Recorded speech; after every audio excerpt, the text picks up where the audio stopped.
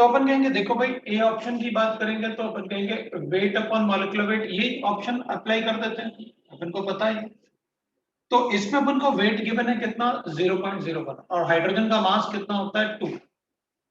भाई 0.01 है और हाइड्रोजन मतलब H2 होता है, H नहीं होता है।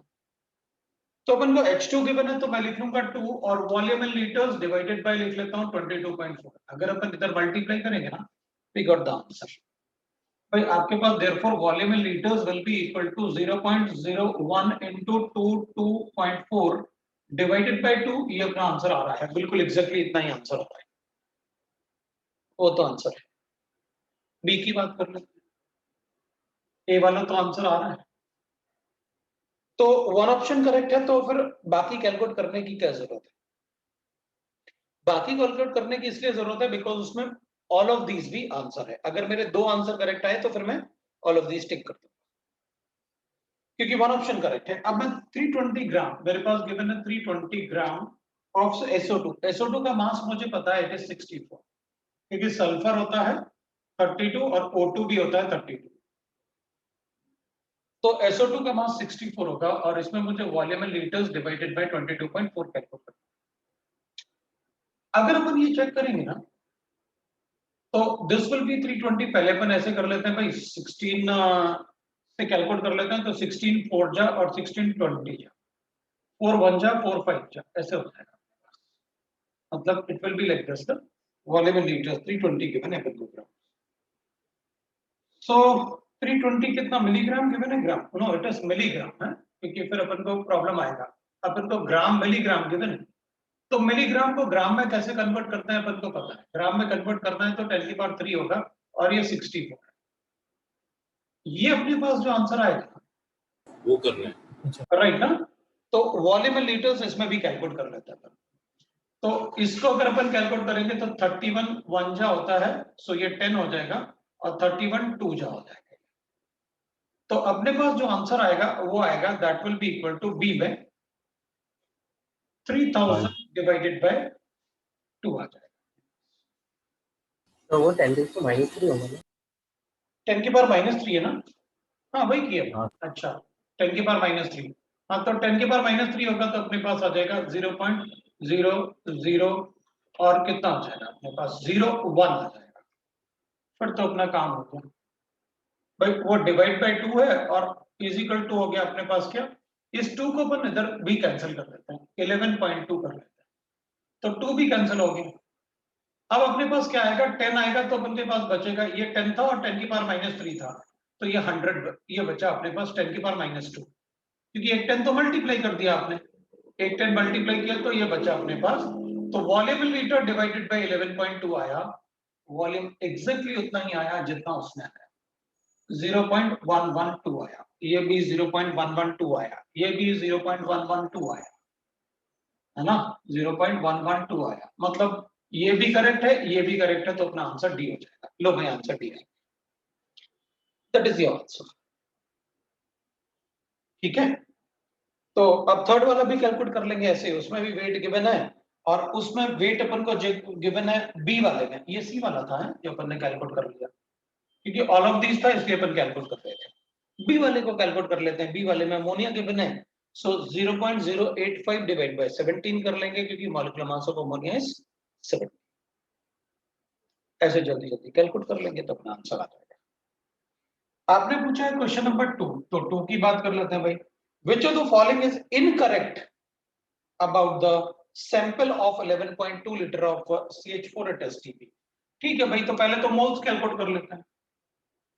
Moles will be equal to 11.2 divided by 22.4 हो गया, तो 0.5 मोल्स आ गया, 1/2 हो गया ना, तो 0.5 मोल्स आ गया।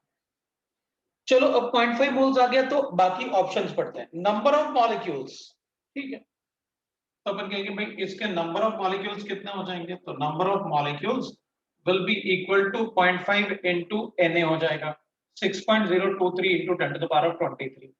तो इसको 0.5 से मल्टीप्लाई करूंगा तो 3 into 3.01 into 10 to the power of minus कितना आ जाएगा 23 गिवन है भाई। ये वाला तो करेक्ट है, मतलब ये ऑप्शन नहीं हो सकता, क्योंकि अपन को इनकरेक्ट ऑप्शन बताना है। दूसरा कहेंगे वेट ऑफ 11.2 लीटर्स इज तो ठीक है, number of moles into molecular weight, into molecular weight होता है weight in gram is equal to weight in grams, क्योंकि नंबर ऑफ मोल्स होता है weight in gram divide by molecular weight, number of mole है, number of moles पता है तो molecular mass से मल्टीप्लाई करके वेट इन ग्राम निकाल दिया। तो ये 0.5 है और मॉलिक्यूलर मास उसका एक कार्बन 12 होता है और 4 हाइड्रोजन 16 हो गया, तो मैं 16 से मल्टीप्लाई करूंगा, I get the weight in gram, that is 8 gram. ये वाला भी करेक्ट है, तो ये ऑप्शन नहीं हो सकता क्योंकि हमें इनकरेक्ट बताना है।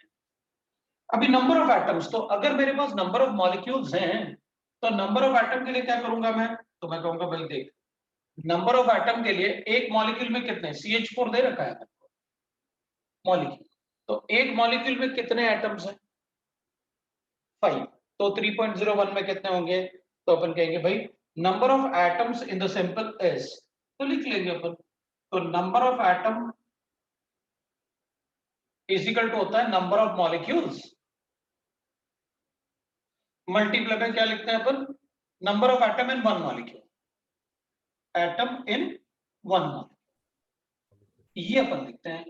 तो नंबर ऑफ एटम मॉलिक्यूल से कैलकुलेट कैसे करते हैं, नंबर ऑफ मॉलिक्यूल कितने हैं अपने पास, ये 3.01 into 10 to the power of, ये 23 है 23, मल्टीप्लाई में क्या लिखेंगे अपन 5 क्यों, क्योंकि एक मॉलिक्यूल में 5 एटम, कितने हो गए, तो अपन कहेंगे भाई ये तो हो गया 3 5 या 15 15 हो गया 0.05 into 10 10 की to the पावर power 23 कितना गिवन है अपन को, ऑप्शन में 22 है। गलत है, लेकिन ऑप्शन में 22 लिखा हुआ है, यही अपना ऑप्शन है, क्योंकि उस वहां पर होना चाहिए 23 और लिखा है 22, इसलिए वो गलत ऑप्शन है।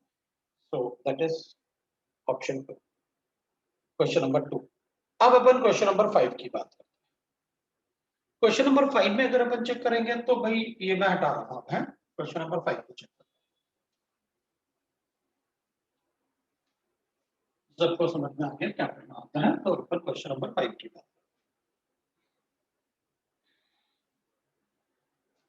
क्वेश्चन नंबर 5 में अपन क्या करेंगे, 4 different containers having 4 different gases, चलेगा, एक गैस है X, यहां पर क्या क्या गिवन है, W, X, Y and Z, ये 4 गैसेस। सो इन 4 different vessels अपन को गिवन है, और कंटेनर A में W गैस है, कंटेनर B में X एंड C और D में वो Y और Z गिवन है। हमें क्या बताना है, now they are mixed in a single container, then they will have the following options. अपन को मोल परसेंट बताना है, मतलब सबके मोल्स कैलकुलेट। देख भाई एक बात पता है, जब अपन PV0 एनआरटी लिखते हैं, ये सारे के सारे कंडीशन में 273 है, उसका मल्टीपल यूज्ड है। तो अगर आप प्रेशर को 1 एटमॉस्फेयर ले लो, वॉल्यूम को 22.4 ले लो, और R अपन को पता है, और T आप 273 ले लो, तो ये 1 मोल होगा एट एसटी, ये अपन को पता है। R का वैल्यू अपन 0.0821 लिखेंगे ना, तो वो 1 मोल होता है, ये मैंने आपको बताया। अब अपन क्या करेंगे, यही कंसेप्ट यूज करेंगे number of moles of W calculate करने। अपन को पता है PV is equal to NRT होता है, मतलब आप नंबर ऑफ मोल्स कैलकुलेट करोगे तो PV अपॉन RT लिखने वाले हैं, किसी को डाउट नहीं होगा, अगर होगा तो आप बताओगे, आपकी आपकी ड्यूटी है भाई बताना। प्रेशर आपने दे रखा है मुझे 101,325, मतलब 1 एटमॉस्फेयर, प्रेशर आपने 1 एटमॉस्फेयर दे रखा है, 1 atmosphere is equal to 101,325। Volume आपने मुझे दे रखा है 22.4 इंटू 2, वो 44.8 है ना, मतलब इसका डबल दिया, तो मैंने ऐसे लिख लिया। आर मुझे पता है क्या होता है, वो तो कांस्टेंट है। टी एक बार चेक कर लेता हूं कितना है, 270। ठीक, अपन को पता है कि ये ना 1 मोल होता है, तो मतलब W के 2 मोल्स हैं, ये मुझे पता है।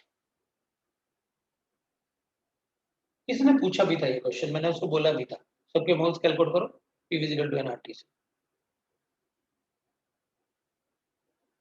बिल्कुल वैसे ही अपन number of moles of X calculate कर लेते हैं, number of moles of X, इसके मोल्स आ गए अपने पास 2 हैं। अब number of moles of X की बात करेंगे तो इसका प्रेशर, वॉल्यूम और टेम्परेचर।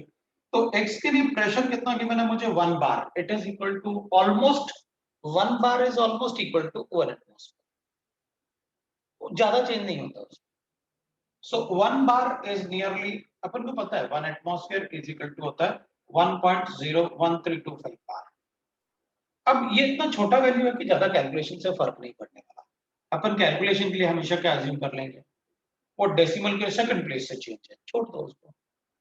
तो अपन क्या करेंगे, ऑलमोस्ट 1 एटमॉस्फेयर के बराबर है। वॉल्यूम कितना गिवन है अपन को, तो अपन कहेंगे 22 डिवाइड बाय आर, और टी बता दो कितना गिवन है, that is equal to 273 into 2 लो, मतलब ये 1 मोल होता है, डिवाइड बाय 2 करूंगा तो nx will be equal to 0.5 जैसे एंड। मतलब वो डाटा भी हमने वही यूज किया ताकि आप जल्दी से कैलकुलेट कर लो। इतना बड़ा टेबल थोड़ी अपन से पूछेंगे ऑब्जेक्टिव, तो PV is equal to NRT लगा के कोई भी स्टूडेंट कैलकुलेट कर लेगा फटाफट। अब अपन number of moles of Y की बात कर रहे हैं। वाई के मोल्स कितने आ रहे हैं अपने पास, तो अपन कहेंगे देखिए प्रेशर कितना गिवन है अपन को 1520। अब ये 1520 है, तो जरा 760 को डबल करते हैं, ये तो डबल, मतलब इसका मतलब है 2 एटमॉस्फेयर प्रेशर, अपन को 2 एटमॉस्फेयर मल्टीप्लाई बाय वॉल्यूम आपने कितना दिया, तो अपन कहेंगे 11.2, तो 11.2 divided bye R into T 0 degree centigrade. सो R इंटू टी का मतलब हो गया 0 डिग्री का मतलब 273। अब तुम एक बार देखो 2 इंटू 11.2 क्या होगा 22.4, और अपन को पता था कि अगर 1 इंटू 22.4 हो 22.4 डिवाइड बाय R इंटू 273, ये तो 1 मोल होता है, तो ये 1 मोल के बराबर आ गया। इसको मल्टीप्लाई करोगे तो ये ऊपर कितना आ जाएगा न्यूमरेटर में 22.4, तो ny इज इक्वल टू 1 लो भाई अपने पास ny nz कैलकुलेट कर लो। अब z की बात कर लेते हैं, so nz will be equal to, उसमें भी अपन को गिवन है अब 5.6 लीटर, तो अपन क्या करेंगे, आप 22.4 पर, जैसे अपन को पहले प्रेशर लिख लेते हैं, वो 1 बार मतलब 1 प्रेशर, तो मैं इसको 22.4 डिवाइड बाय कर लेता हूं 4, तो ये 5.6 हो जाएगा, डिवाइड बाय 4 करूंगा तो 5.6 को मैं क्या लिख सकता हूं, 5.6 को लिख सकता हूं 22.4 डिवाइड बाय 4, 5.6 आएगा। फिर अपन को टेम्परेचर गिवन है कितना 273 का हाफ, मतलब R लिखेंगे और टेम्परेचर मुझे गिवन है कितना, गिवन है 136 डिग्री सेंटीग्रेड, -136, मतलब 273 प्लस हो जाएगा -136 डिग्री सेंटीग्रेड। अपन को पता है -136 डिग्री सेंटीग्रेड में 273 ऐड करूंगा तो केल्विन में आ जाएगा, और 0.5 ये, तो इसका मतलब ये जस्ट इसका आधा है ये, क्योंकि इसका वैल्यू मेरे पास 136.5 केल्विन आ रहा है, तो मैं इसको ऐसे लिख लूं,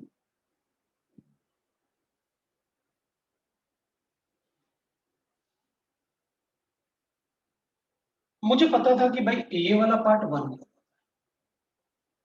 ये 2 ऊपर जाने वाला है, मतलब 2/4 मतलब 0.5, तो nz इज इक्वल टू 0.5 ये लगा अपने पास। आगे ना जल्दी से कैलकुलेशन, अब क्या करें, कैलकुलेशन कर लो।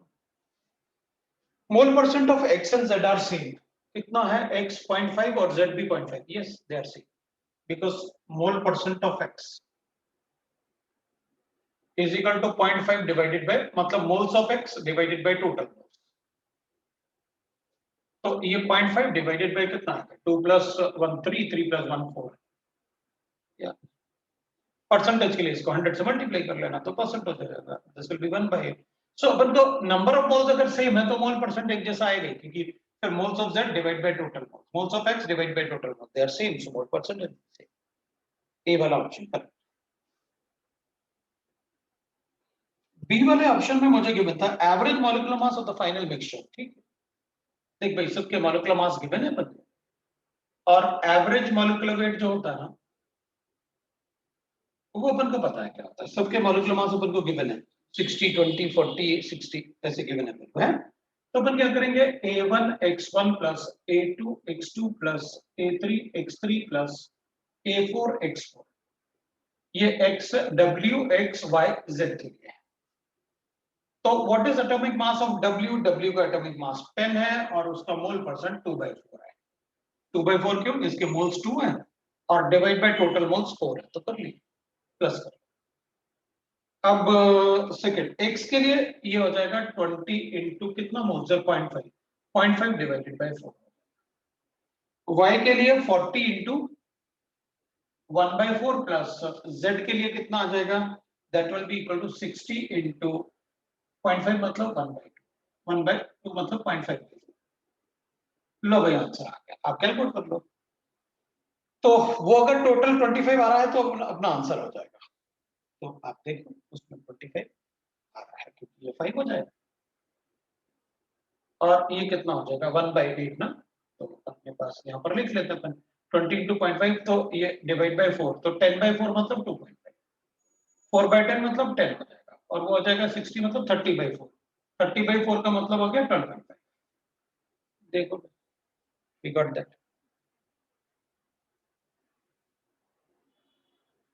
ठीक है ना। तो हमको समझ में आ गया। तो मास आ रहा है। अब दो ऑप्शन करेक्ट हैं तो सभी सही होने वाले हैं। ऑप्शन चेक कर लेता हूं अगर आपको नहीं पता चलेगा तो W एंड Z आर 4:1, वो तो दिख ही रहा है। लेकिन 25 थोड़ी ना है, कौन सा?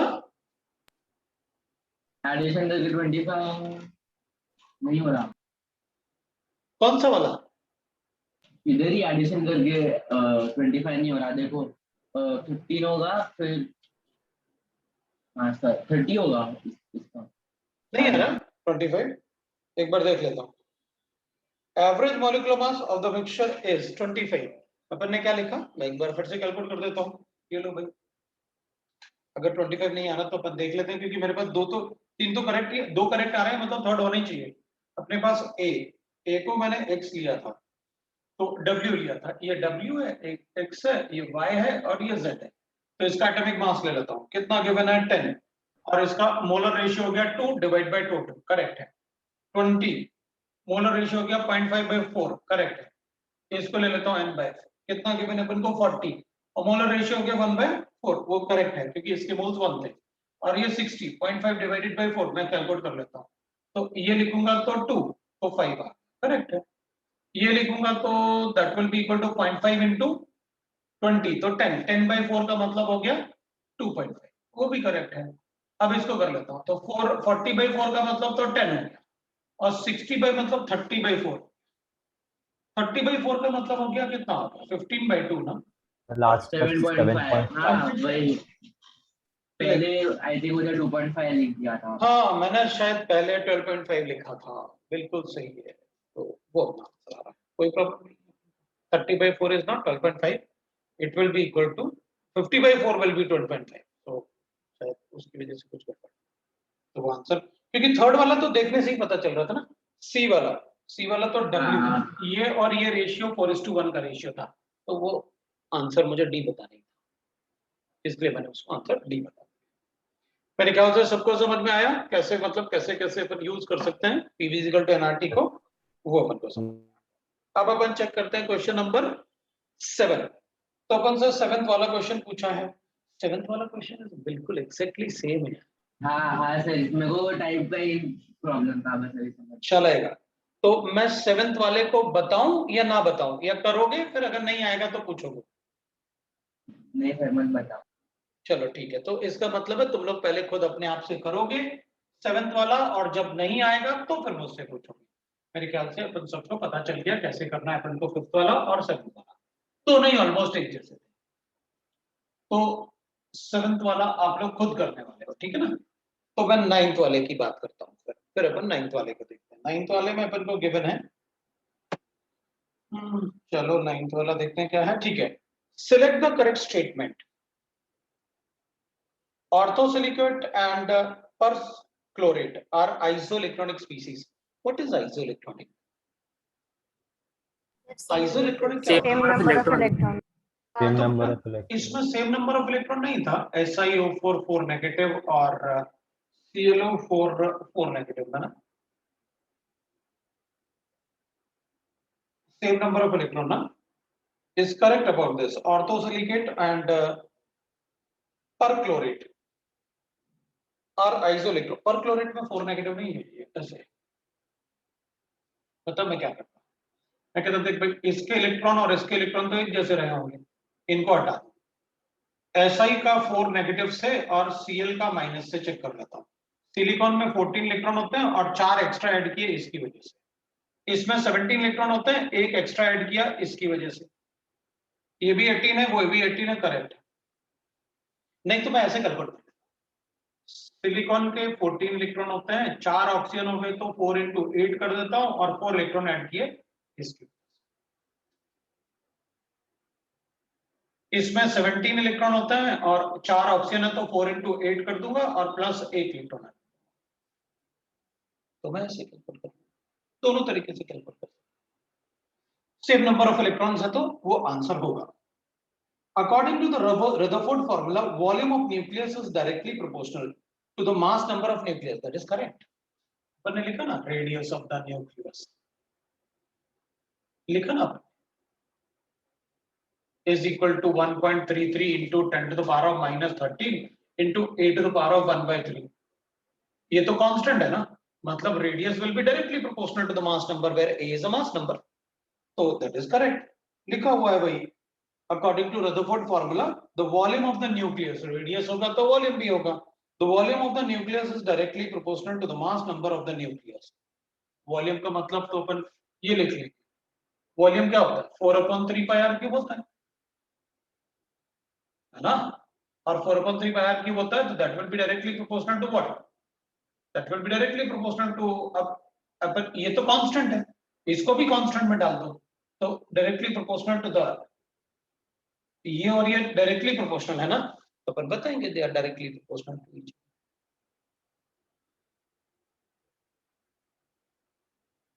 हो गया ना, so they are equal, everybody got it.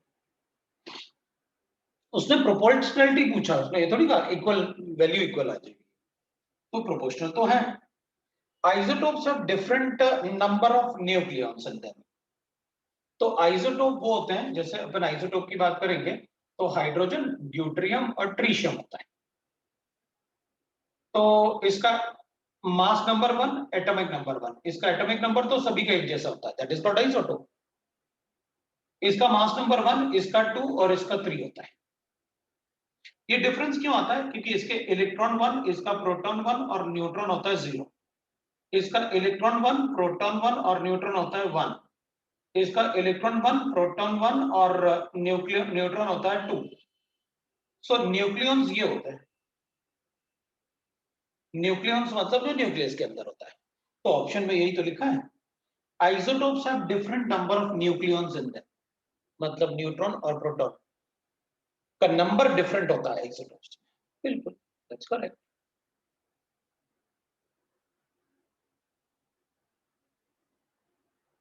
ठीक है, दूसरा क्वेश्चन नंबर आपने पूछा 10 भी पूछा है, 10 भी पूछा है तो अपन 10 देख लेते हैं। What change in molar enthalpy would be associated with the atomic transition giving rise to the radiation of 1 Hertz frequency? H का वैल्यू अपन को गिवन है। अब अपन क्या कहेंगे भाई, आपको एक बार पता है, अगर मुझे फ्रीक्वेंसी गिवन है तो मैं एनर्जी कैलकुलेट कर सकता हूँ, because energy is equal to होता है H। फ्रीक्वेंसी मुझे गिवन है और एनर्जी भी मुझे गिवन है। उसने कहा व्हाट एनर्जी, अच्छा ये तो कैलकुलेट करना है, लेकिन उसने कहा मोलर एनर्जी। मोलर एनर्जी का मतलब है 1 मोल का एनर्जी, मतलब इसको एवोगाड्रो नंबर ले लो भाई। एक फोटोन का एनर्जी अपन को पता है जिसका फ्रीक्वेंसी मुझे गिवन है, तो एक फोटोन का एनर्जी अगर आपको पता है तो 1 मोल का कितना होगा, that is called molar energy, तो एवोगाड्रो नंबर से मल्टीप्लाई कर दूंगा। H अपन को गिवन है -34 और फ्रीक्वेंसी अपन को गिवन है, कितना गिवन है फ्रीक्वेंसी 1। लो भाई आंसर आ गया, E is equal to molar energy. उसको किस में, जूल्स में बताना है तो हाँ जूल्स में ही तो होगा ये, क्योंकि अपन ने इसको यूज किया है जूल सेकंड और फ्रीक्वेंसी है पर सेकंड, तो ये दोनों तो कैंसिल हो जाएंगे, ये तो नंबर है, इसका थोड़ी कोई यूनिट होगा, तो एनर्जी किस में बचेगा, जूल्स में बचेगा, तो आ गया। समझ में आया? क्वेश्चन नंबर 11 भी पूछा है फिर, तो अपन 11th वाले में गिवन है for a wave frequency is given. एक वेव है जिसका फ्रीक्वेंसी गिवन है कितना, 10 हर्ट्ज। 10 हर्ट्ज का मतलब हो गया 10%। बोलो। कुछ नहीं सर, चलेगा। और अपन को पूछा लैम्डा इज इक्वल टू कितना and the wavelength is 2.5 metres. चलेगा। How much linear distance in kilometre will it travel, तो कितना डिस्टेंस ट्रैवल करेगा ये किलोमीटर्स में। तो डिस्टेंस ट्रैवल्ड मतलब कितना होगा बताओ भाई, कैसे कैलकुलेट करें अपन। How much kilometre it will travel in one, that is travel in 40 seconds. तो अपन क्या करेंगे ना, मीटर पर सेकंड तो अपन को दिख ही रहा भाई, मीटर पर सेकंड तो दिख ही रहा है अपन को, यस सर। है ना। तो अपन क्या करेंगे, अपन लिखेंगे यार अगर इन दोनों को मल्टीप्लाई कर दिया जाए तो अपन को पता चल जाएगा डिस्टेंस ट्रेवल्ड इन 1 सेकंड, इतना मीटर इन 1 सेकंड आ जाएगा। तो distance travelled in 1 second is equal to आ जाएगा 10 इंटू 2.5 मीटर आ गया पर सेकंड, मतलब इतना डिस्टेंस 1 सेकंड में आता है। तो बताओ फिर अपन कितना क्या बताना था अपन को बताना था कि बताओ 40 सेकंड में कितना डिस्टेंस ट्रेवल्ड होगा। तो इन 40 सेकंड 40 सेकंड्स में तो अपन कहेंगे भाई 10 इंटू 2.5 इंटू 40 बता देंगे, ये डिस्टेंस ट्रेवल्ड हो जाएगा इतना मीटर्स, है ना, इतना मीटर हो जाएगा। उसको कन्वर्ट कर दो किसमें, किलोमीटर। किलोमीटर में पूछा, किलोमीटर में कन्वर्ट कर दो। तो ये आया अपने पास 25 इंटू 1 किलोमीटर ले भाई 1000 मीटर। 1000 मीटर आ रहा है तो 1 किलोमीटर कर दो। लो भाई आ गया, ये आंसर। तो ये था अपना डीपीपी नंबर 5। अब अपन बात करेंगे डीपीपी नंबर 6। ठीक है, क्वेश्चन नंबर 10 मेरा गलत आ रहा है। क्वेश्चन नंबर 10 तुम्हारा गलत आ रहा है। हाँ सर, एक बार बता सकते हो कैसे करना है? क्वेश्चन नंबर 10 बना के ही दिखा दूंगा। ठीक है, एक मिनट, मैं थोड़ा नेक्स्ट जीबी पे चला गया शायद, नंबर 9 पे पहुंच गया। क्वेश्चन नंबर 10 मैंने अभी भी तो बताया है, याद भी होना चाहिए वो तो, क्या था इससे पहले था तो, एक मिनट,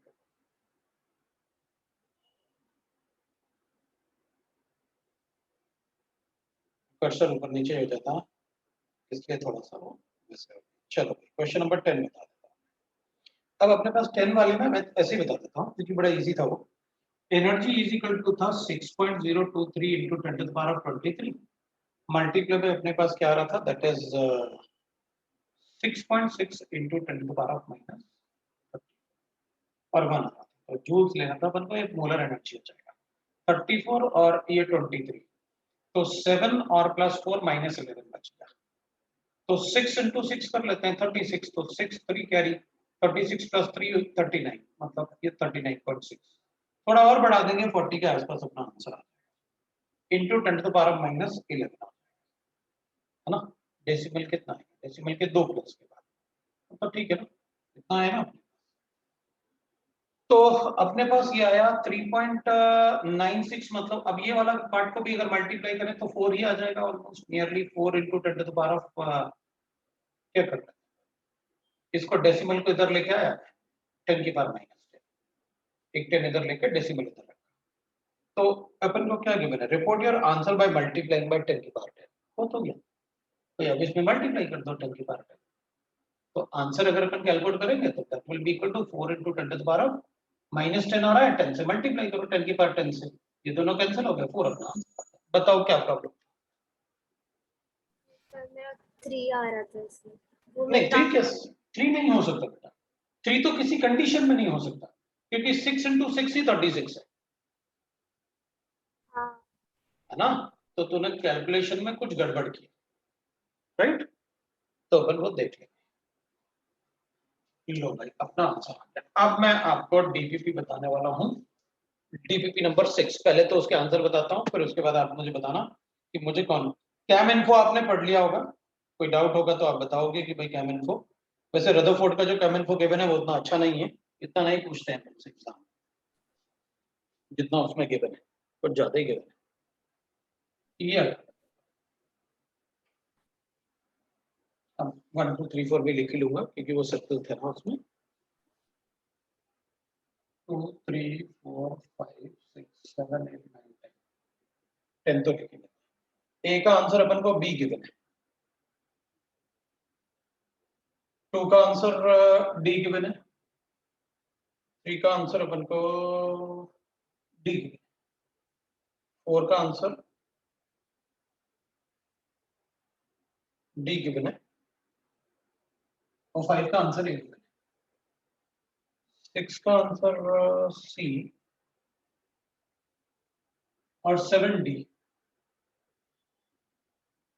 8 इज डी, और 10 इज 9 इज सी।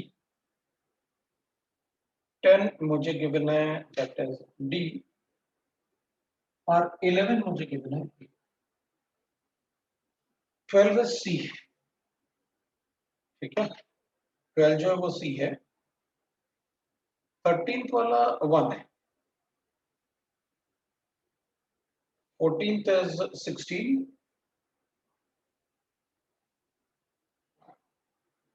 और 15th is 72, 15th वाला 72, ये कर दिया। अब आप मुझे डीपीपी के क्वेश्चन जल्दी से बता दो, कौन से बता दें मुझे, तो वो मैं बता, फिर डीपीपी नंबर 7 की बात करें। तो चलो भाई 15th वाला बता दूंगा, 10 11 भी बता दूंगा, 15 10 11 और 5 ये अभी तक आया मेरे पास, और 13th भी बता। चलो 13 भी बता दूंगा, 5 लिख लिया मैंने। सब 4th और 6th। अरे तो लिख तो दे उसमें, कोई प्रॉब्लम नहीं है, ऐसे बोल भी सकते हैं, ऐसे कोई प्रॉब्लम। हाँ 4th और 6th भी हो गया, बस। 9th वाला भी। अच्छा 9th वाला भी है, लिख दिया भाई, 9th वाला भी लिख दिया। अच्छा शुरू, मेरे ख्याल से अब किसी का कोई क्वेश्चन होगा तो वो लिख देगा सर ये क्वेश्चन। 4th वाले से आंसर शुरू, जे 6 के लिखे हैं। कौन से डीपीपी, हाँ ये six डीपीपी का 6 answer के है। आंसर्स हैं, Okay. ये ले डीपीपी 6 के आंसर, बिल्कुल ये डीपीपी 6। तो 4th वाले में गिवन है the wavelength of electromagnetic radiations corresponds to frequency. तो अगर वेवलेंथ गिवन है तो फ्रीक्वेंसी ऐसे लिखूंगा, C is 3 into 10 to the power 8, और वेवलेंथ मुझे गिवन है 400 into 10 to the power -9। तो फ्रीक्वेंसी आ जाएगा मेरे पास 3/4 का मतलब हो गया, इसको इसमें मल्टीप्लाई कर देता हूं या ऊपर लेके जाता हूं, 2 कैंसिल करूंगा तो ये हो जाएगा 6, और ऊपर लेके जाऊंगा तो 10 की पावर 15, और 3/4 का मतलब 575। तो 7.5 into 10 to the power 14 आ गया, पहला वाला करेक्ट है। ऑल ऑफ दीज भी गिवन है। वेव नंबर का मतलब होता है 1/λ, 1/400 into 10 to the power -9। तो 1/400 into 10 to the power 9 हो गया, 2 कैंसिल करता हूं तो 1/4 मतलब 0.25, और ये 2 मैं कैंसिल कर रहा हूं तो 7 बचा बचा हुआ है अपने पास, तो 10 की पावर 7। तो मैं 2.5 कर लेता हूं, 10 की पावर 6, ये भी सर आप ये डीपीपी 7 का क्वेश्चन हाँ सर। ऐसे मत बोलो यार। अच्छा आंसर लिखने के बाद नेक्स्ट डीपीपी को शुरू कर दिया डिस्कस करना। सॉरी सॉरी सॉरी सॉरी, चलेगा चलेगा, अभी बता देता हूँ। हाँ, आज ना एक्चुअली बोर्ड भी छोटा है और आज सेंटर से क्लास ले रहा हूँ काफी दिन बाद। चलो देखते हैं। The work function of the metal is given to me, ठीक है ना। वर्क फंक्शन अपन को गिवन है, मतलब एनर्जी ई नॉट मुझे गिवन है, कितना 4 इलेक्ट्रॉन। चलेगा, बताओ क्या करें।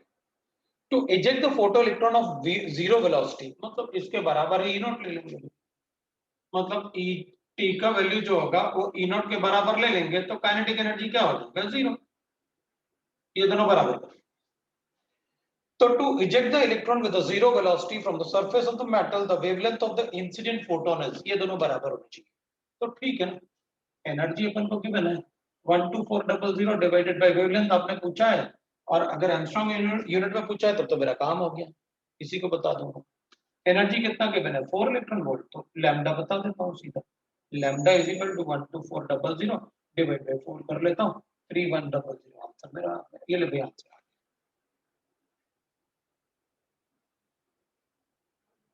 बिल्कुल इजी, करेक्ट ना। क्वेश्चन नंबर 5 की भी बात की है तुमने कहा भाई क्वेश्चन नंबर 5 में, अब अपन देखते हैं, मैं इसको हटा रहा हूं, लिखा है ये 4th वाला था, मैं क्वेश्चन नंबर 5 पे। क्वेश्चन नंबर 5 में अपन को गिवन है the energies E1 and E2 are two electronic radiations as per the electronic radiation, this was as per the electron and दूसरा इलेक्ट्रॉन रिस्पेक्टिवली, ठीक है। तो अपन कहेंगे देखिए, एक इलेक्ट्रॉन है और दूसरा भी इलेक्ट्रॉन है, इसके लिए एनर्जी मुझे गिवन है 25 और इसका एनर्जी मुझे गिवन है 50 इलेक्ट्रॉन वोल्ट, चलेगा, कोई प्रॉब्लम नहीं। तो ये कह रहे हैं the relation between the D Broglie wavelength lambda 1 lambda, ठीक है, ये लैम्डा 1 है, लैम्डा 2 है, तो बड़ा इजी है अपने लिए। आपने कितने बार तो लास्ट टाइम बताया था डी ब्रॉगली में, de Broglie wavelength for the electron is 12.26 divided by root of B, बताया था आपने ऐसे पोटेंशियल डिफरेंस, और आपने कहा था कि अगर एनर्जी देंगे तो इसका यूनिट इलेक्ट्रॉन वोल्ट होगा और पोटेंशियल डिफरेंस लिखेंगे तो इसका यूनिट वोल्ट होगा, लास्ट टाइम बताया मैंने। तो इसका लैम्डा 1 ले लेते हैं भाई, ये लैम्डा 1 हो जाएगा 12.26 डिवाइडेड बाय रूट ऑफ 25, और ये लैम्डा 2 हो जाएगा that will be equal to 12.26 divided by root of 50। क्या बताना था आपको, और रिलेशन बिटवीन द वेवलेंथ, इन दोनों में रिलेशन बताना है, तो 5 आ गया। क्या रिलेशन, क्या रेशियो ही बता देते हैं, कौन सा रिलेशन पूछा है। अच्छा ठीक है, तो अपन इसको ऐसे कर लेते हैं, इसको बना लेते हैं इसके फॉर्म में, क्योंकि लैम्डा 1 तो अपन को पता है कितना है, इसको 2 इंटू कर लेते हैं भाई ऐसे, lambda 2 will be equal to, इसको क्या लिखें 12.26 डिवाइडेड बाय कर लेते हैं अपन 2 इंटू 25। तो एक बात अपन को पता है कि भाई lambda 1 will be equal to कितना 12.26 डिवाइडेड बाय अंडर रूट, ये तो 5 हो जाएगा, एंड लैम्डा 2 क्या आ जाएगा 12.26 divided by under root of 2 into 5 आ जाएगा।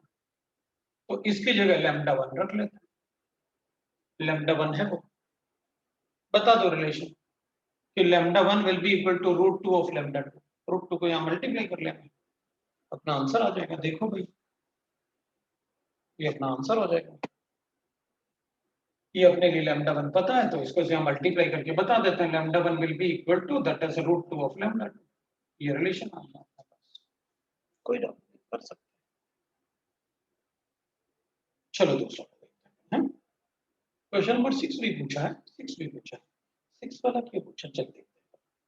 Which of the following statement is correct, ठीक है। Observation like photoelectric effect and black body radiation could not be explained by particle nature of electromagnetic radiation. हम particle nature के लिए यही तो बताया था हमने कि black body radiation and photoelectric effect explain the particle character of electron. UV and IR rays have the same frequency. Their energy is different. Their wavelength is different. How can they have the same frequency? That's wrong. Bohr model is not valid for lithium ion. It is wrong. ये अपना answer, ये Li2 lithium plus plus होना 2 चाहिए था। ना भाई, 1 Yes, electron sir. उसमें lithium में 3 इलेक्ट्रॉन थे ना, 2 and 1, तो अपन को 1 इलेक्ट्रॉन स्पीसीज बनाने के लिए 2 इलेक्ट्रॉन निकालने हैं, इस पे आंसर हो जाएगा। 6 वाले के बाद आपने 9th वाला पूछा है, तो चलो 9th वाला कर लेंगे अपन, क्या तो 9th वाले में अपन को गिवन है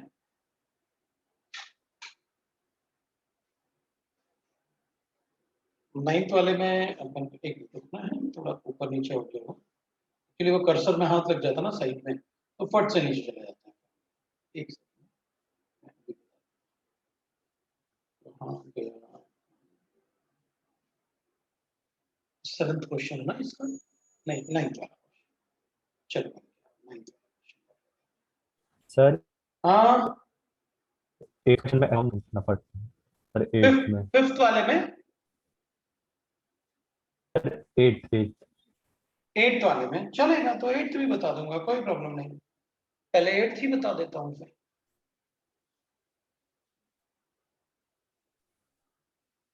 तो क्वेश्चन नंबर 8 को ही देख लेते हैं पहले, फिर अपन 9th वाले को देख लेंगे। तो बोल रहा है 8th वाले में भी डाउट है, अपन चेक कर लेते हैं भाई।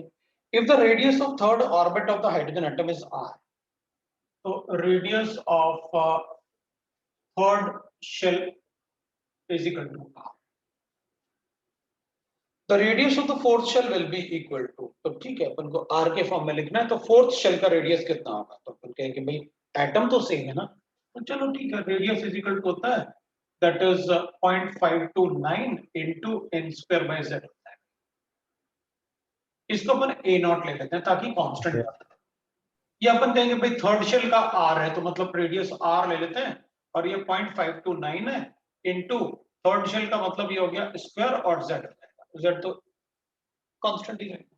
तो बताओ फोर्थ शेल का रेडियस कितना होगा, तो r4 को बताना है अपन को कितना होगा, तो 0.529 इनटू इसमें फोर्थ शेल हो जाएगा और z तो वही रहेगा। तो अपन क्या करेंगे भाई, ये तो z और ये तो कांस्टेंट है ना, तो अपन कहेंगे इसमें रेडियस जो आएगा वो r/9 आ जाएगा, तो इसमें अपन लिख लेते हैं r/9 is equal to 0.529 divided by z, और यहां पर लिख लेते हैं अपन r/r4 divided by 16 will be equal to 0.529 divided by z।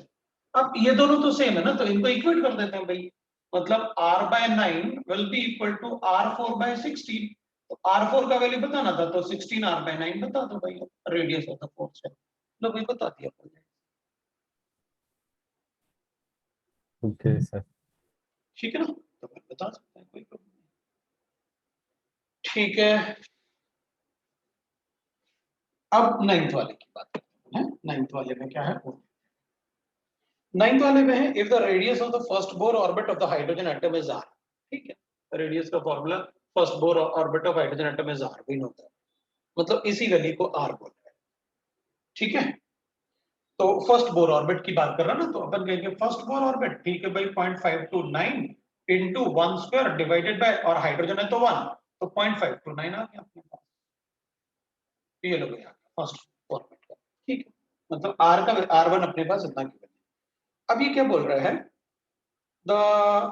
Then for lithium ion it will be, मतलब फर्स्ट बोर ऑर्बिट का लिथियम आयन के लिए कितना होगा, तो ठीक है भाई लिथियम आयन के लिए कितना होगा, फर्स्ट बोर ऑर्बिट के लिए अपन बता देते हैं, if the radius of the first Bohr orbit of the hydrogen atom is given to me, तो लिथियम आयन के लिए कितना होगा, तो ठीक है r will be equal to, lithium ion के लिए बता रहे हैं 0.529, और इसके लिए तो 3 स्क्वायर हो जाएगा, लिथियम के लिए नहीं 3 स्क्वायर क्यों, फर्स्ट ऑर्बिट है ना, तो 1 स्क्वायर हो जाएगा, और z का वैल्यू अपने लिए लिथियम के लिए फर्स्ट शेल तो 1 हो गया, और z का वैल्यू 3 हो जाएगा आंसर।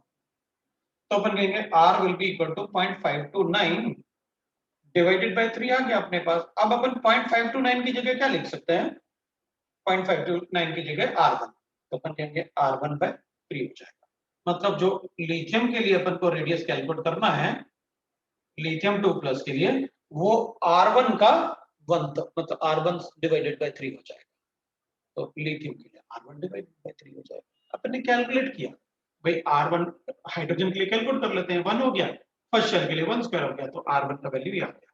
अब लिथियम के लिए रेडियस कैलकुलेट करेंगे फर्स्ट शेल का, तो लिथियम के लिए z का वैल्यू 3 होगा और ये 1 होगा, तो सब्स्टिट्यूट किया हमने, अब रिलेशन बता, बता दिया अपन ने किसी को doubt? अब क्वेश्चन नंबर 10, तो the value of R will be maximum for which of the following? You all know that R का कि भाई R का वैल्यू ना कैपिटल R और आइडियल गैस इक्वेशन R का वैल्यू सभी gases irrespective of the nature of gas, R का value हमेशा क्या होगा 0.081 एटमॉस्फेयर लीटर ऐसे, वो कभी चेंज नहीं होता नेचर ऑफ गैस को चेंज करने से, वो उतना ही रहेगा।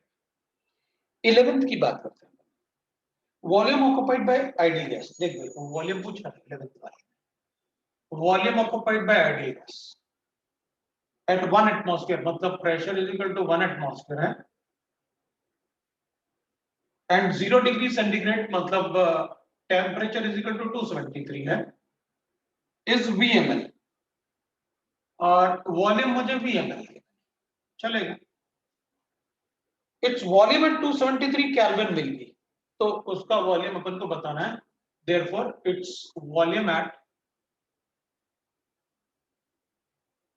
273 केल्विन। देखिए पूछो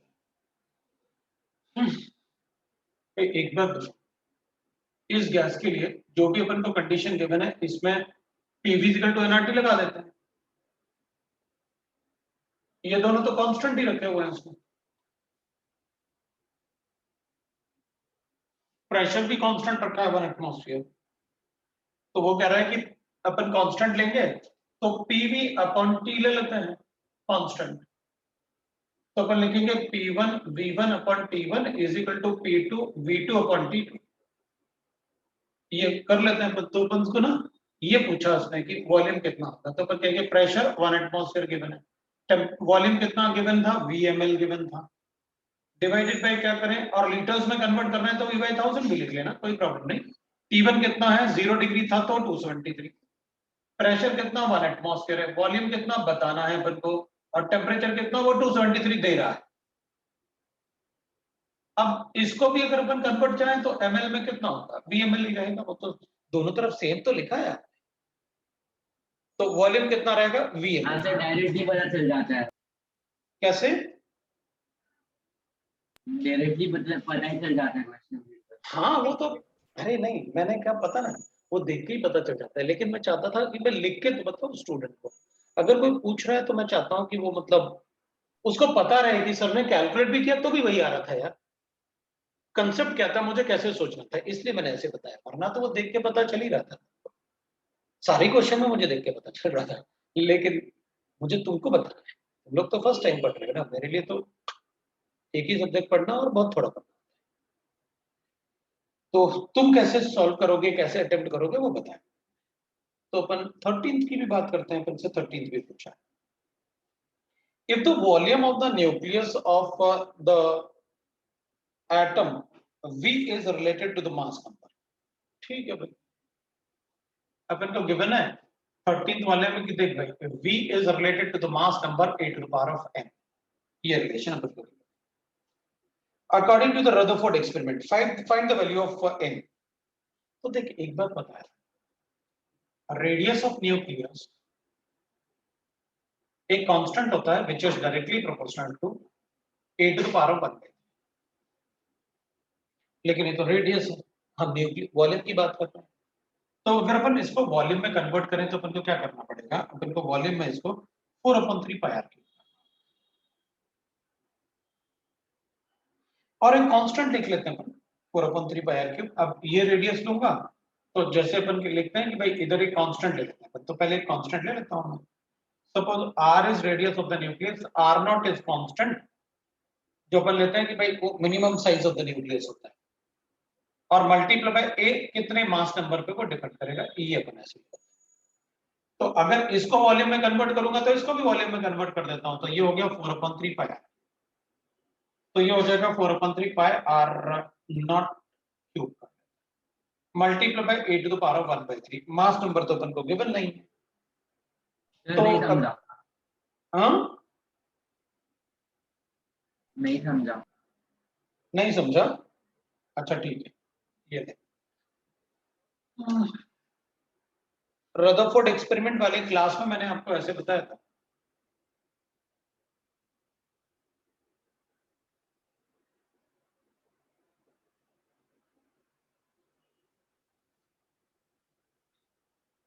बताया था, Yes, sir.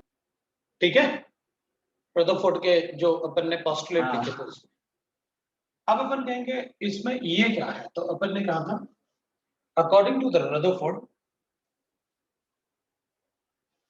अपन ने कहा था according to Rutherford the size of nucleus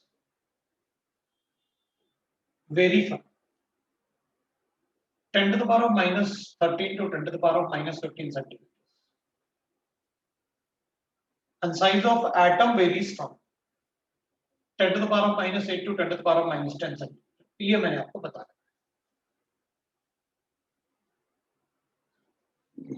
तो ये कांस्टेंट आपने न्यूक्लियस के साइज से ही तो निकाला, तो ये भी तो रेडियस था। तो इसका मतलब मैं रेडियस को क्या लिख सकता हूँ, radius of nucleus, any nucleus will be equal to minimum radius का वैल्यू, कम से कम इतना तो लेना ही पड़ेगा आपको, और फिर डिपेंड करेगा कि भाई उसके न्यूक्लियस में कितने न्यूक्लियस हैं, उसके हिसाब से मैं इसको एडजस्ट कर दूंगा। वो होता है। Yes, sir, समझ गया। तो मैंने कहा भाई ये रेडियस ऑफ न्यूक्लियस, रेडियस जो मिनिमम साइज होता है, और 8 टू द पावर ऑफ, तो रेडियस है तो वॉल्यूम में लिख सकते हैं, तो मैंने इसका भी वॉल्यूम बनाया तो इसका भी वॉल्यूम बना दिया 8 टू द पावर ऑफ 1। अब ये सारे ही क्यूब है, तो क्या लिख लेंगे, ये भी वॉल्यूम है, ये मिनिमम वॉल्यूम है कांस्टेंट, तो इसको अगर अपन डायरेक्टली प्रोपोर्शनल लिखें तो क्या लिखेंगे अपन, इनका वैल्यू क्या आना चाहिए अपने पास, भाई ये भी आर क्यूब है, ये भी आर क्यूब है, तो वॉल्यूम में जब कन्वर्ट करोगे तो इसको भी क्यूब करोगे, इसको भी क्यूब करोगे, तो इसको भी क्यूब कर दो, भाई इसको भी क्यूब किया, इसको भी क्यूब किया, और इसको भी क्यूब किया। आप इसको ऐसे बोल दो कि मैंने सर क्या किया, यहां तक अपन को समझ में आया, चल इसको वॉल्यूम में कन्वर्ट करते हैं। तो जब मेरे पास आर है तो आर नॉट है, तो चलो वॉल्यूम में कन्वर्ट करते हैं, कैसे करें, सबको क्यूब में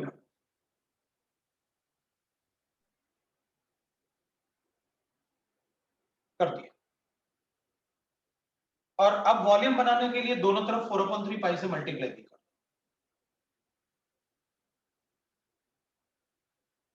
ये तो ए बन जाएगा, कैंसिल हो गया,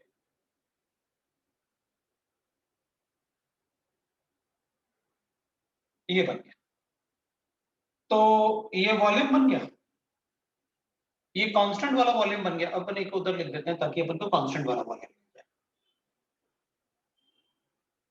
ये भी कांस्टेंट वाला वॉल्यूम बन गया, और ये कितना बन गया, ए, तो इसको अपन लिख लेते हैं वॉल्यूम, ये बन गया अपने पास कांस्टेंट वॉल्यूम मिनिमम वाला, और ए टू द पावर ऑफ 1 आ गया अपने पास, तो इसको प्रोपोर्शनलिटी लिख लेते हैं क्योंकि वो तो मिनिमम वैल्यू है, तो एक ही पावर वाला, लो भैया हो गया। किसी को डाउट है तो बोलो। क्वेश्चन नंबर 15 भी पूछना है। 15 वाले में the mass of this much molecule of hydrocarbon is about to this much grams. भाई देख, weight upon molecular weight is equal to number of molecules divided by Na। अपन सबको पता है, बताने की जरूरत नहीं है। इसका इतना ग्राम होता है, इतने मॉलिक्यूल्स, तो ग्राम को मॉलिक्यूलर वेट में कन्वर्ट करते हैं, ये भी मोल्स है, और इसको 6.023 into 10 to the power of 23 करते हैं, ये भी मोल्स। मॉलिक्यूलर वेट मास पूछा है, क्या करें भाई, उसने अपन को कहा कि 10 के पावर 22 मॉलिक्यूल इतना ग्राम ऑक्यूपाई करते हैं, तो बताओ मॉलिक्यूलर मास कितना है, तो अपन कहेंगे भाई एक ही कंपोनेंट के वेट भी गिवन है आपको और नंबर ऑफ मॉलिक्यूल भी गिवन है आपको, तो इक्वेट करते हैं ना मास।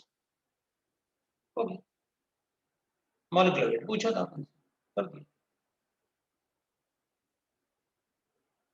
अलग अलग कंपोनेंट थोड़ी है, एक ही कंपोनेंट हाइड्रोकार्बन, बताओ उसका मॉलिक्यूलर मास कितना है, 72। कैंसिल कर,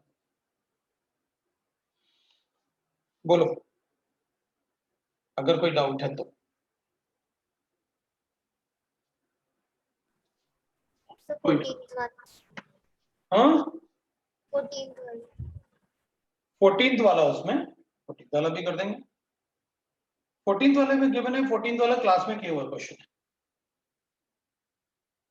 14th वाला अपन ने क्लास में किया हुआ क्वेश्चन है, 14th वाला है। हाँ सर, टेस्ट में भी आया था।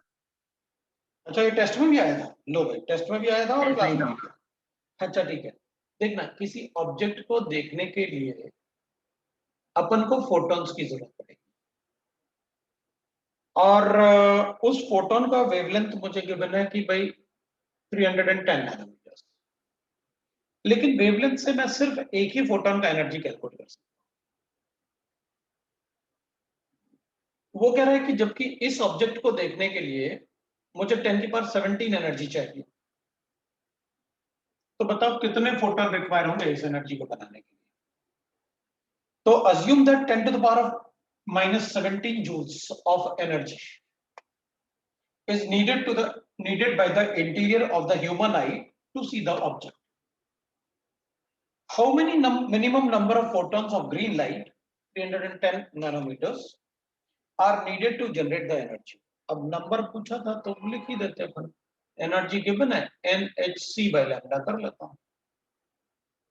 नंबर आपने पूछा, how many numbers of photon is required, तो अपन कहेंगे 10 की पावर -17 हो गया।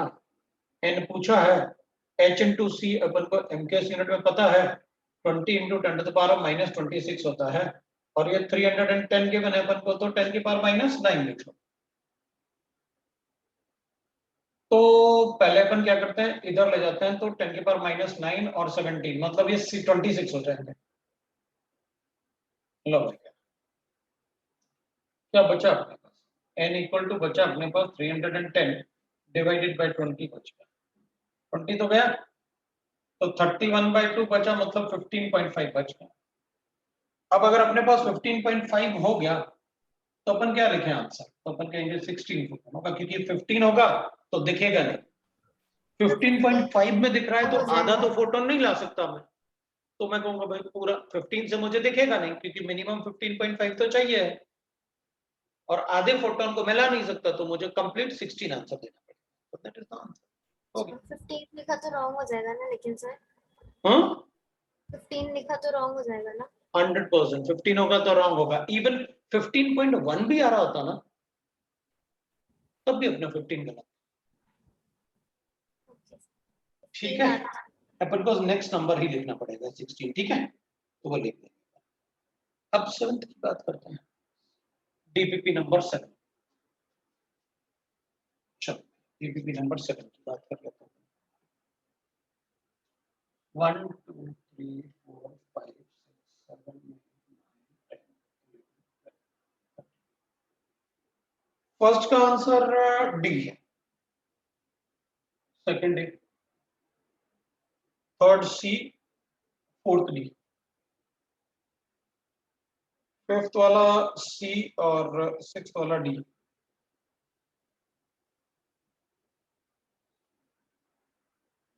सेवेंथ वाला बी और सी, फिर बी और बी। 11th वाला ए और 12th वाला बी। 13th वाला 55, 14th वाला 40, 15th वाला 3.4।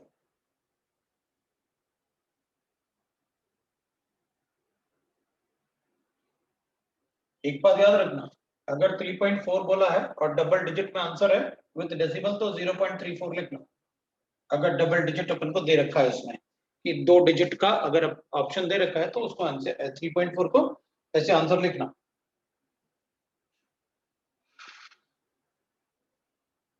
चलो भाई,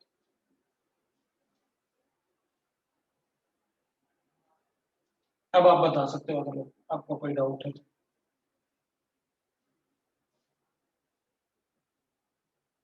एनी डाउट? क्वेश्चन नंबर 13 लिख लिया, 8th वाला और 6th वाला। ठीक है, 4 और 11,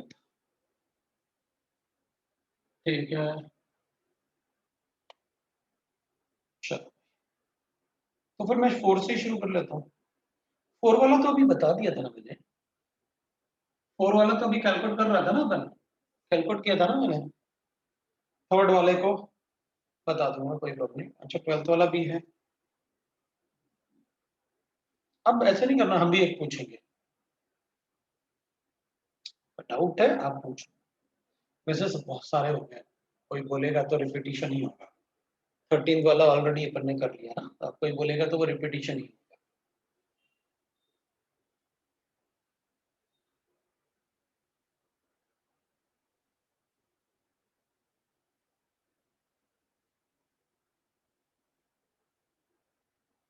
चलो ठीक है, थर्ड वाले से शुरू करते हैं।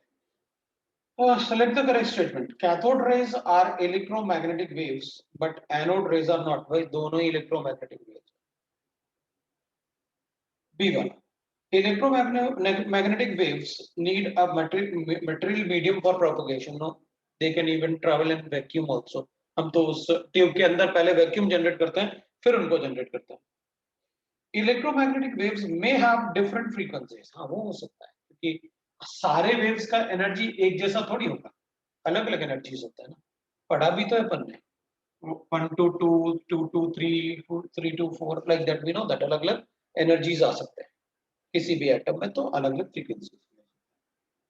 Electromagnetic waves consist of some material particle travelling with the speed of light. नहीं, मटेरियल पार्टिकल तो होते हैं because they have particle character, but velocity of light के बराबर वेलोसिटी नहीं हो सकता उनका, because if they have material particle, वो गलत है। द ट्रायड, सेकंड वाला भी पूछा है, सेकंड भी बताना है आपको, सेकंड वाला भी पूछा है, तो 3 वाला तो पता चल गया आपको है। They may have different frequencies. The triad of nucleus which is isotonic. Isotonic का मतलब है same number of nucleus, that is called isotonic. तो जैसे अपन को ए गिवन है ऑप्शन, तो अपने पास कार्बन 14 6 गिवन है, नाइट्रोजन 15 और 7 गिवन है, और ऑक्सीजन 17 और 9 गिवन है। नहीं, फ्लोरीन गिवन है क्योंकि फ्लोरीन का एटॉमिक नंबर 9 है। शुरू हो जाओ। इन दोनों का डिफरेंस 8, इन दोनों का डिफरेंस 8, इन दोनों का डिफरेंस 8, यही आंसर है। बिकॉज नंबर ऑफ न्यूट्रॉन तो मास नंबर और नंबर ऑफ प्रोटॉन, मतलब atomic number is number of proton, उनका डिफरेंस होता है। ओके, तो पहला वाला ही आंसर, ठीक है, तो अपन बता सकते। फोर्थ वाला मैंने अभी अभी बताया था, जब आप बोले थे कि सर ये तो डीपीपी नंबर 7 है। अपन को लैम्डा गिवन है 400 नैनोमीटर्स, तो ए ऑप्शन में फ्रीक्वेंसी कैलकुलेट करना था, that is C by lambda. B option में अपन को वेव नंबर कैलकुलेट करना था 1 बाय लैम्डा, और सी ऑप्शन में अपन को मोमेंटम कैलकुलेट करना है। So momentum will be equal to mass of electron into velocity of electron, m into c ले लेंगे। लो भाई,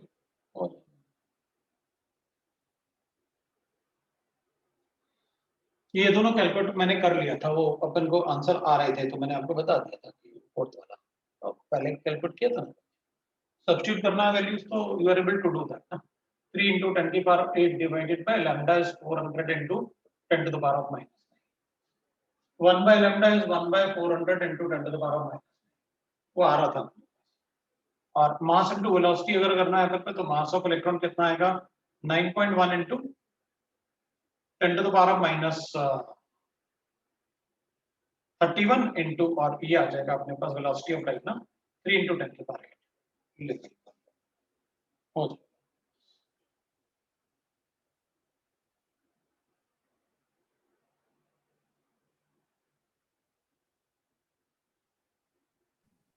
सर फिफ्थ वाले में ऑप्शन ए भी करेक्ट है ना? सी तो करेक्ट है और ए भी करेक्ट है। हाँ सर, क्या दो करेक्ट?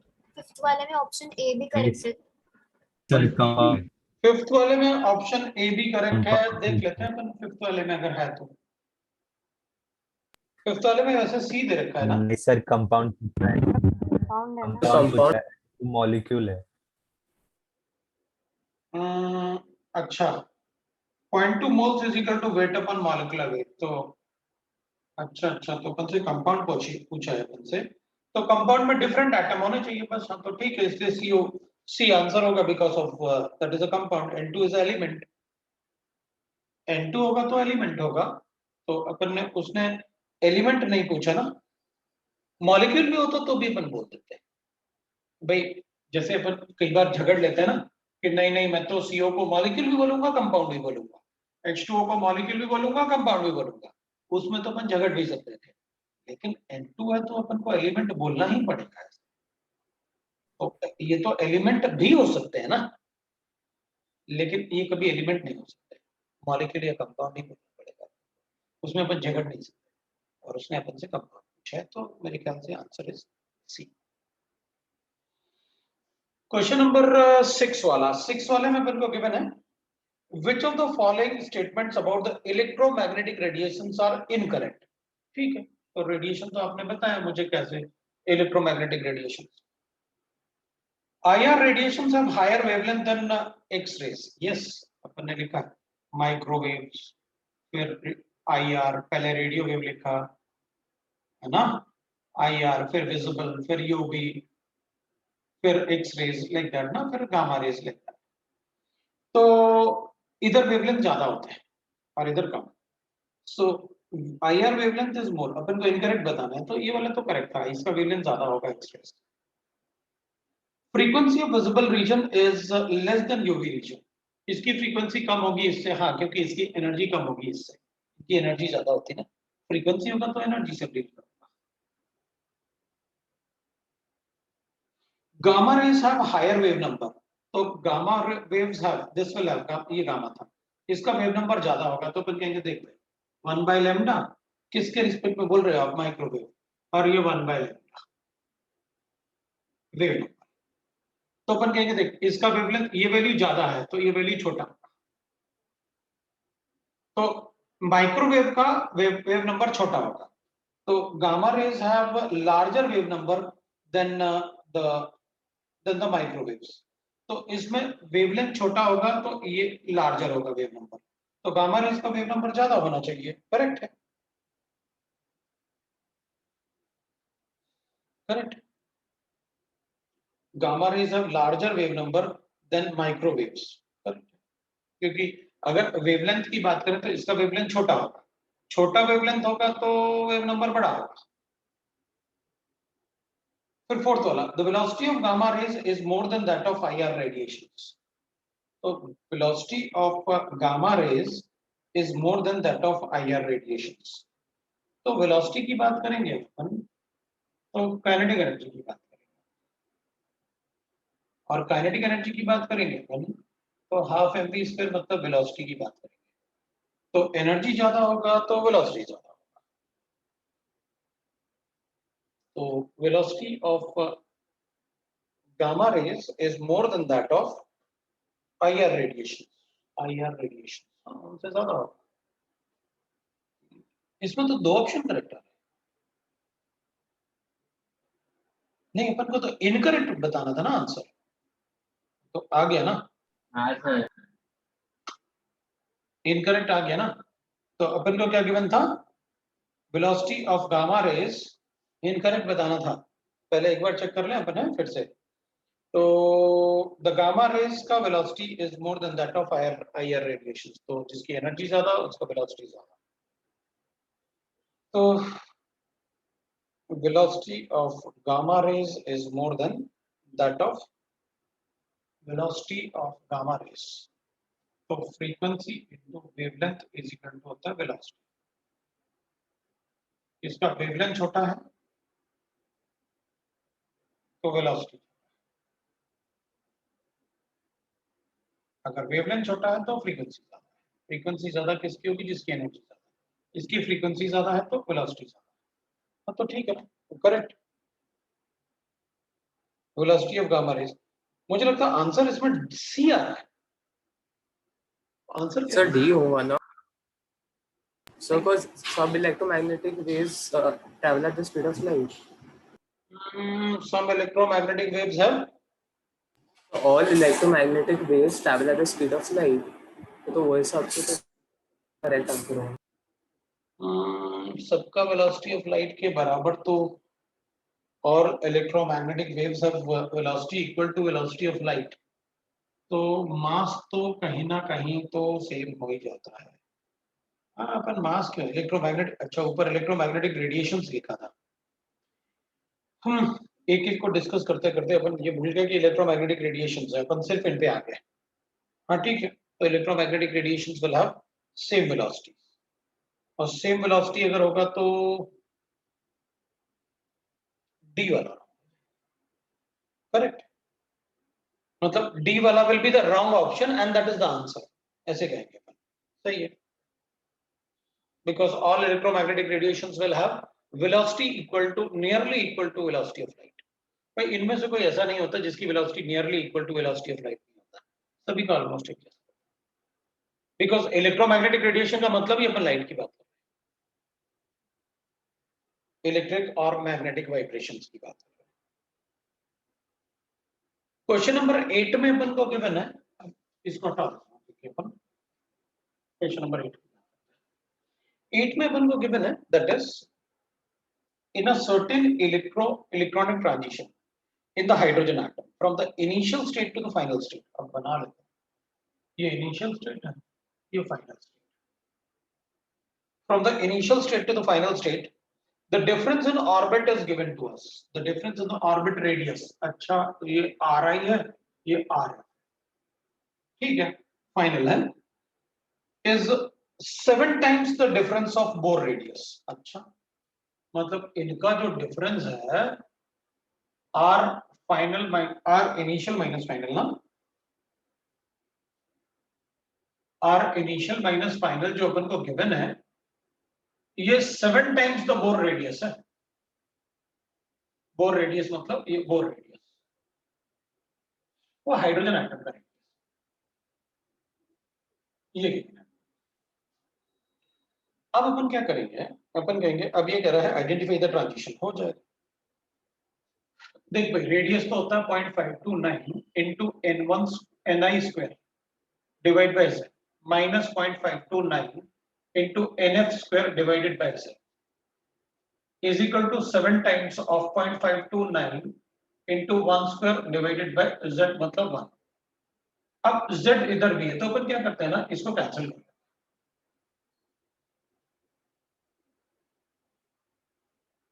ये कैंसिल करते हैं, वो कॉमन लेके कैंसिल करते हैं. मतलब ni का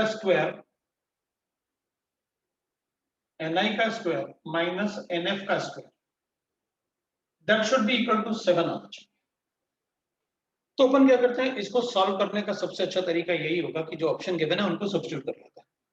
ऑप्शन ए इज इनिशियल मतलब और फाइनल, अपन को 4 to 1 की बात कर रहा है, मतलब 1 स्क्वायर माइनस 4 स्क्वायर तो 15 आ रहा है, गलत. बी की बात करें 4 to 2 मतलब 2 स्क्वायर मतलब 4 हो गया और 16 मतलब ये 12 आ रहा है, ये भी गलत. 4 to 3 का मतलब हो गया 3 हो गया तो 9 माइनस 16 ये 7 आ रहा है, ये मतलब 3 to 4 का ट्रांजिशन की बात कर रहा है. डी वाले में 3 to 1 है, इट विल बी 8 क्योंकि डी वाले में तो वो 1 माइनस 3 है ना, तो मतलब 9 that is coming out to be 8.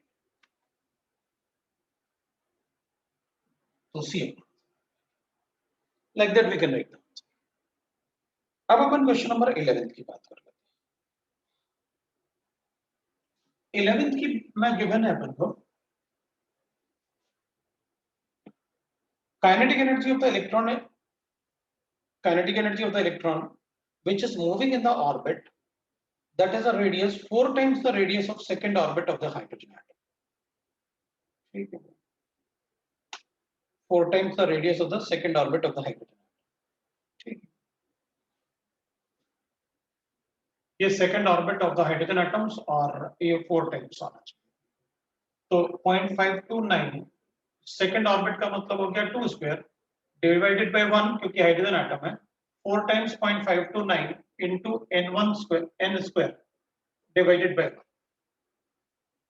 तो ठीक है, अपन इसको क्या ले लें, that is the kinetic energy of the electron which is moving in the orbit that has its radius 4 times the radius of second orbit of the hydrogen atom.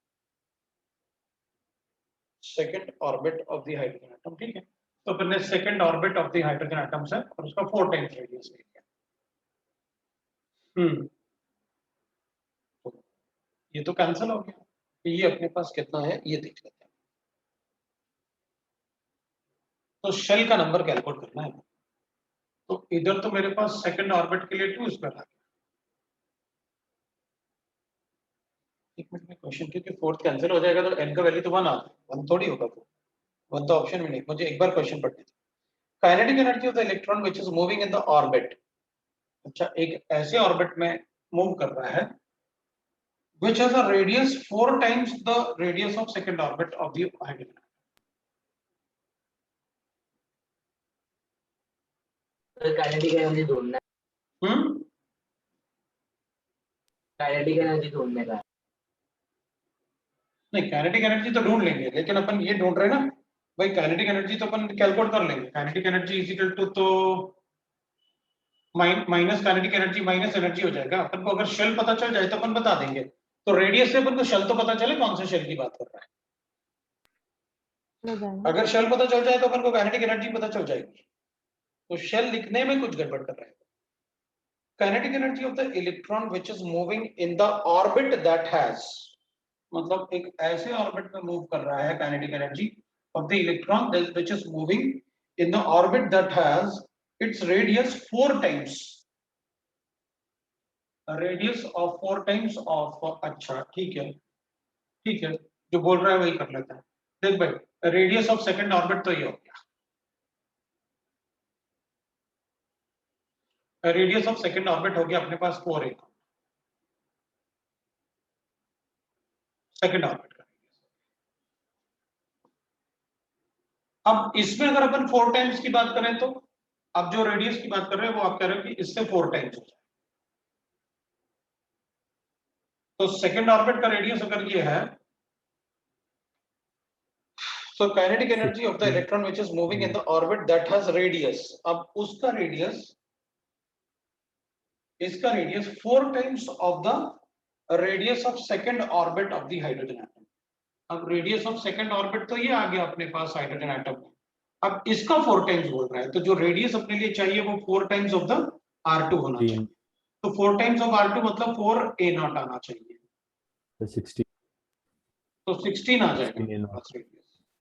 अब अगर अपने पास 16a0 आएगा तो अपन कहेंगे भाई ठीक है, तो रेडियस को सब्स्टिट्यूट कर लेते हैं अपन। तो 0.529 को अपन ने a0 लिखा था, है 0.529 को अपन ने a0 यहाँ लिखा था, तो a0 into आ जाएगा अपने पास n square by z, z is 1, Z1 है और z1 आएगा तो n का वैल्यू अपने पास 4 आएगा। अच्छा, फोर्थ शेल की बात कर रहा है, तो फिर हाइड्रोजन के फोर्थ शेल में अपन को कैलकुलेट करने की जरूरत क्या है, -13.6, -3.4, -1.51 और -0.85।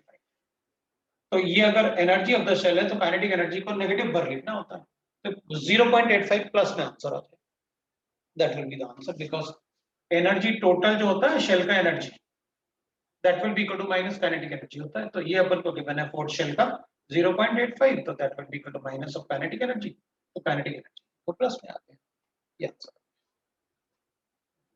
मतलब जो वो बोल रहा था मैंने उसी को लिखता गया, वरना वो ज्यादा कंफ्यूज कर रहा था। क्वेश्चन नंबर अपने पास 12 भी है।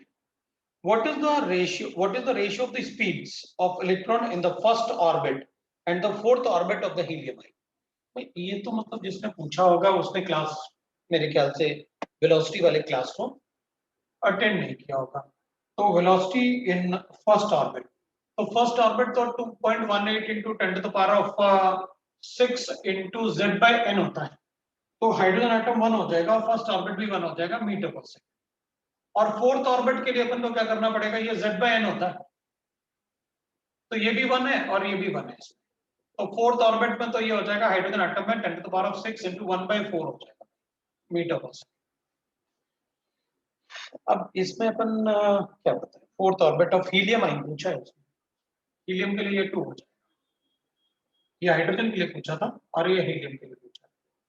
तो हीलियम के लिए मैंने Z चेंज किया, हाइड्रोजन के लिए तो ये 1 होगा, ये 1 होगा। रेशियो ले लो, क्या करना है अपन को, तो क्या आएगा, आंसर 2 आ जाएगा। रेशियो लेंगे 2/1, तो आंसर 2, ये आंसर हो जाएगा। अब 13th वाला भी पूछा है शायद, तो अपन 13th वाले को देख लेते हैं, कोई प्रॉब्लम नहीं।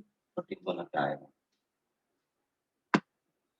13th वाले में गिवन है आपको the average molecular mass of the gaseous mixture in grams per mole, which contain this much number of atoms of unknown gas, and ठीक है भाई, देख unknown gas के लिए x ले लेते हैं।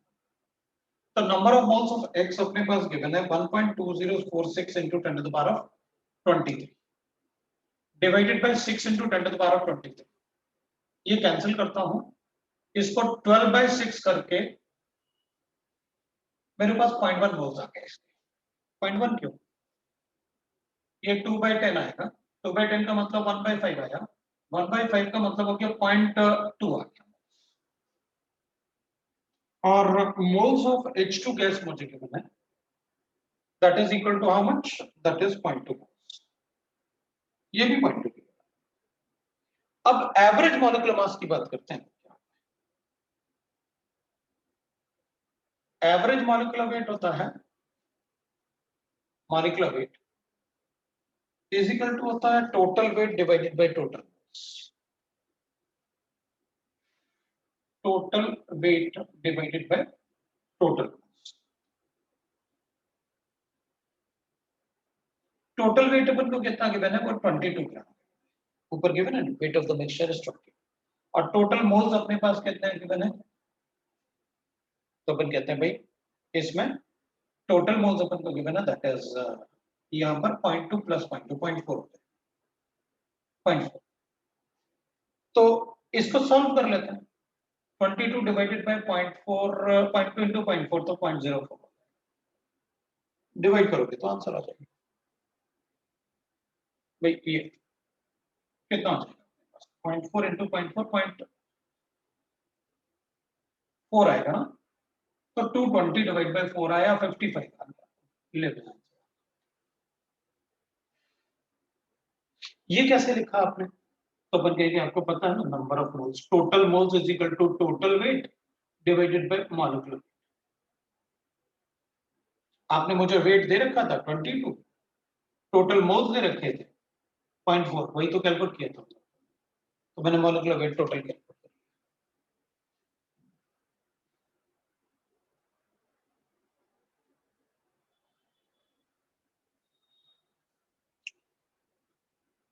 ये अपना डीपीपी नंबर 7 था, और आज का क्लास अपन यहीं रुकेंगे, नेक्स्ट क्लास में फिर अपन आगे बढ़ेंगे। तो नेक्स्ट क्लास जब भी होगा अपन आगे बढ़ेंगे। So that is all for today, ठीक है, मैं ये डिस्कशन अपलोड कर दूंगा। चलो भाई, thank you. Thank you sir. Okay, Thank you, sir. चलो।